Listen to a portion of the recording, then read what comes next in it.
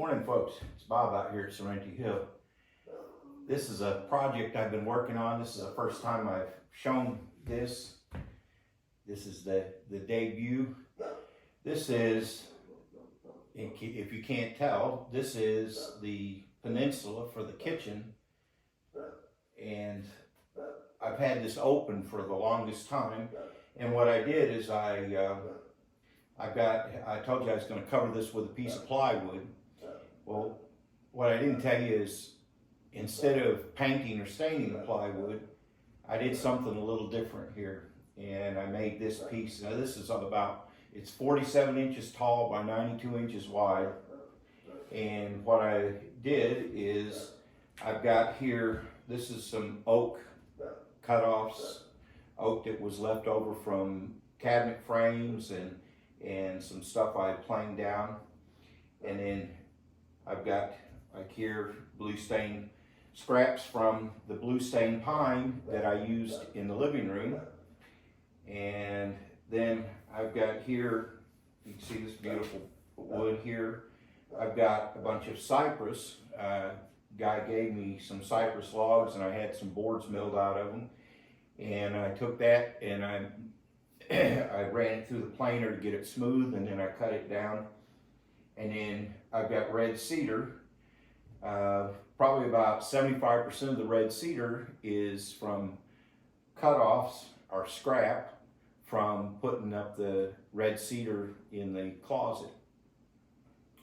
And some of it on the edges here, I didn't have enough, and I went to Menards. I thought, well, I got to go to Menards.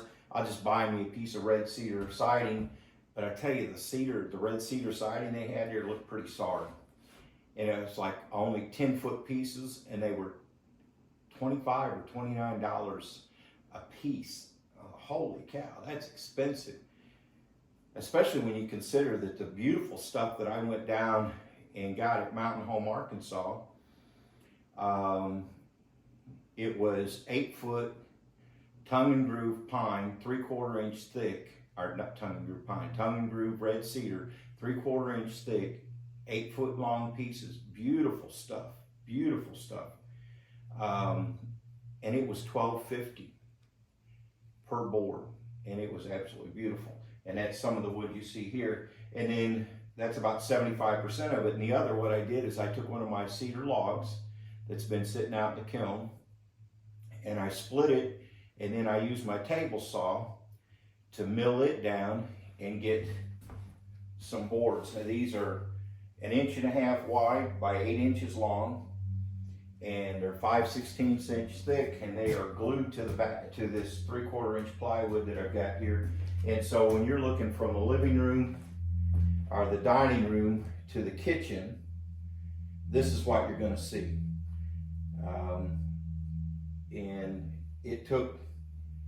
there's a lot of hours of work that went into it, but I think it's absolutely beautiful. And so that's what I did here. And I'll show you in a little bit the jig that I used to get these down to 5/16 of an inch. Getting them to 1.5 inches isn't hard. I rip them on the table saw, but getting them cut down, because most of the wood was milled, like the blue stain pine, it's 3/4 inch. The red cedar siding, it was 3/4 inch, and I needed to cut it down thinner because I didn't want 3/4 inch thick pieces. So I made me a jig, and I'll show that to you in a minute here. Now what's going to happen here is on the top of this, I've got a 2.5 inch thick oak slab.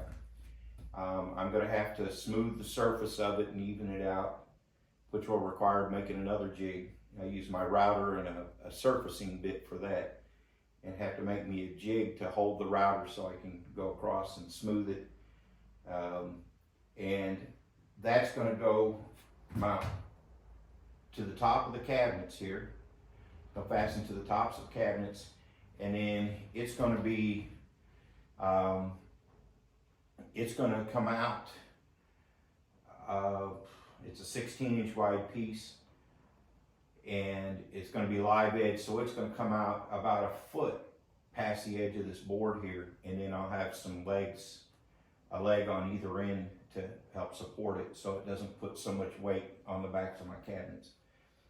But that's what you'll see, and this is the first time I've shown it to anybody other than my wife and a couple friends who don't have Facebook or YouTube. But yeah, I just finished that up, and I've got it set in place and clamped in place, and now I'm going to run some screws in. I'm using pocket hole screws from the top, and then down on the back side I've got some screws that I'm going to screw in through the frame of the cabinet, so you won't see any fasteners on it.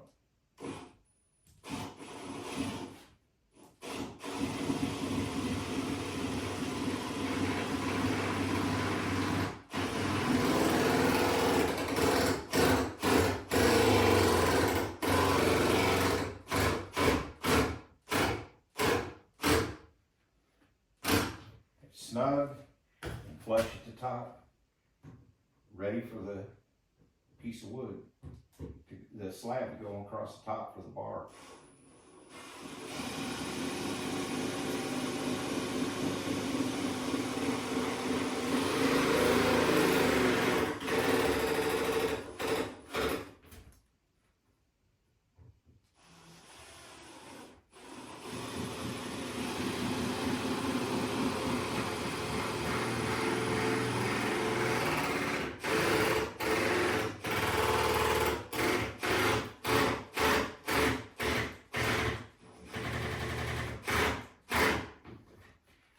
Sucked it in good and tight.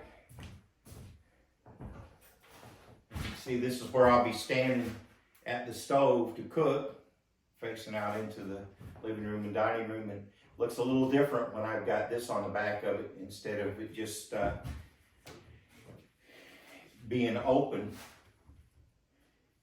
So just clamp this to it to hold it in place, and run these 3 screws in, then it'll be the ones down underneath.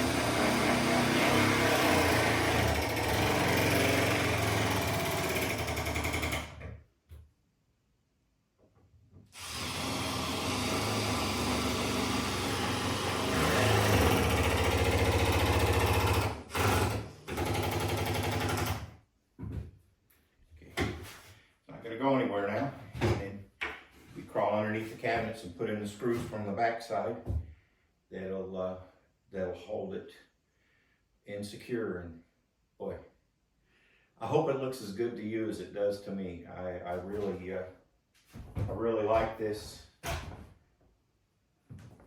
There's a lot of hours of work that went into it, but it was a lot of fun to do. And that's just these pieces are just glued.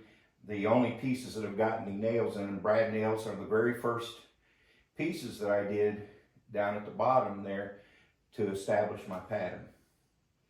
And I'm pretty pleased with how it turned out.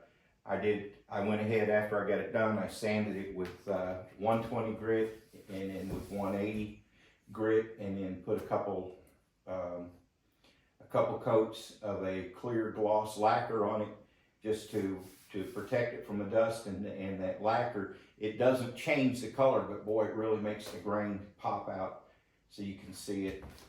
Some of the blue stained pine, and then the cypress has got just some beautiful colors in it. It's got greens and blacks and reds and oranges, and then the knots in it are beautiful. And then the cedar with some of the different color. This one's got a bark inclusion in it that I left in, and then the oak. Some of it's nice and clear oak, and some of it's got some mineral inclusions. They say that's iron inclusion. And just absolutely beautiful stuff.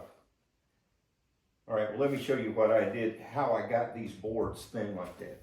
Now, what I did to get these boards cut down, you know, if you're taking something that's like this, it's 3/4 of an inch wide, and you're trying to put that on a table saw and run it through the fence, that doesn't give you a whole lot of room, and it's a little dicey. And it's also prone to kickback, because this is a fairly small piece. Now, for my table saw, I've made several different sleds for them. This one, I've got one that's got a nice back and a front to it, and it runs in both tracks here. This one is a single-sided one. It's just got one track, and this is just a piece of pine that's ripped down to fit inside the slot and glued and screwed to the back of this this board. In fact, yeah, I did glue it. But it rides in this track on the right side of the blade as I'm facing it. And I can use this for all kinds of things. I've got, this is the one, I've actually got an angle jig for that I actually use, believe it or not, to make, I can use this for making miter cuts. And I also use this one for making a diamond shape pattern. I've got two, I can change the position of my block that I screws on here. And I can just screw whatever I need down to this. And what I did here is I've got a couple 3/4 inch pieces that are screwed down. I did some math. The blade's about 1/8 of an inch wide. I've got my fraction calculator. And so I took the 3/4 inch, subtracted 1/8 from it, then divided that in half, came out to 5/16. And so I spaced this board 5/16 of an inch from the edge. And I've got a little piece of 1/4 inch plywood on top of it, and a piece of 1/4 inch ply in the back. And what that does is the back keeps it from being pushed out, and it also gives me something to push against and have my finger away from the blade. And then this piece of 1/4 inch ply on the top, it keeps it from kicking up. It holds it down in there. So when I push that up to the saw, I got me a little push stick that I hold it in place with, and my hands are nowhere close to the blade, but I can cut this down into narrow pieces. And let me fire my saw up and I'll show you that. All right. So what I do, I said this, to cut this down into thinner pieces, just put it in the fixture here, hold it in place with my pusher stick. That way my fingers are nowhere close.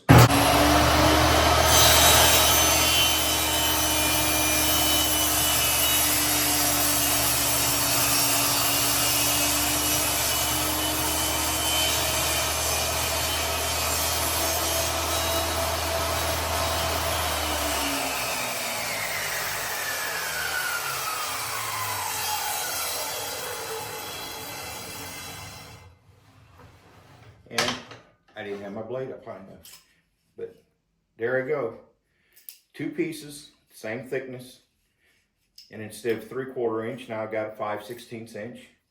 My hands are nowhere close to it, and it's a whole lot safer than trying to take this narrow piece of wood and use a push stick up against the fence, because there's really a great risk of it catching and kicking back. In this way, it just holds it nice and secure. And that's what I use for cutting all of those down from 3/4 inch down to 5/16 inch to make my pieces stretch further and to keep the weight down on it. And again, a little push stick. That way my fingers are nowhere close to the blade, and I can keep all 10 of them. All right, so now that I've got that mounted, I'll show you the next thing I'm working on. This will be my next project. I'm in here in the shower. I've got my beach pebble floor down. It's going to be nice to have walls in here, or have lights in here. And what I did to put these pebbles in is it took me 8 bags of Mexican beach pebbles to get enough flat ones.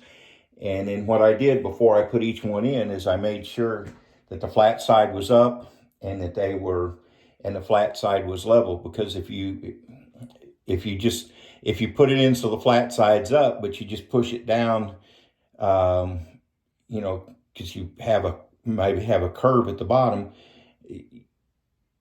and the flat side's not parallel with your top surface, well, you're still going to have a high spot. So once I put down a pretty thick bed of mortar, and that way I was able to just set them down in there. And then once they were in, I took a piece of wood and I used the same piece that I used for screeding the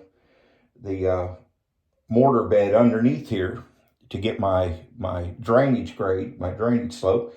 And I used that to press down and make sure I didn't have any high spots and to make sure everything was nice and flat. And then after it had set up for a day, I had Debbie come out here and stand on it barefoot because there were a lot of people concerned about they had gone to resorts and seen floors like this and they had high spots on it, hurt their foot and the like. I thought, well, that's because those people were just throwing it in and going away. They were never going to use it. But I had her stand on it and she was happy with it. There was one place when she goes to stand up to grab her toiletries out of the little cubby here, where she said there was one place where one was sticking up just a little and she could feel it between her toes. But out here where she would be standing to take a shower, it's nice and flat and it feels good. And then what I'm going to be doing is, my next project is going to be, I'm going to go ahead, I've got a piece of oak that's just tall enough to reach up here, and that's going to be the trim piece here. I'll trim this all up. This is a little wide, I got to trim, and I'll get that piece all cut and fit and put it in temporarily so that can be my guide for where my tile is going to come up to. And then once I've got the tile in, I'll take that down around the edge, finish it off and everything, get any mortar off of it. And so right here, where you can see the tongue and groove and you can see this 2x4 for the wall, it'll be covered with oak. And then there'll be a piece of molding on this side right here. There'll be a piece of molding over here as well. It'll come out over the edge. And that'll be oak. Again, that's oak from boards that I milled out of logs cut down on this property. So we'll stop in a little later and show you the progress there. All right, here it is at the end of the day. You can see I've got I put a board down there that's just the right height for above the rocks, the tallest of the rocks, for a tile and a grout bead. And then I got started with the tile. Got the tile in my little alcoves, got it cut in around my shower control. And I ran out of mortar about the same time as I ran out of back. So tomorrow I'll go ahead and finish on all the way up to the top, and then I'll move my board over and get started on this wall. This one should be pretty straightforward. It's just slap tiles in. The most I have to do is cut some at the ends to fit. This one got a little bit fun fitting in around all that, but worked out pretty well. And I think it's a real nice looking tile with the pebble floor. So tomorrow, more tile work. All right, thanks for stopping by. This is Bob from Serenity Hill, out here doing stuff that we can to get moved into this house. Thanks for stopping by, and we will talk to you on the next one. Bye now.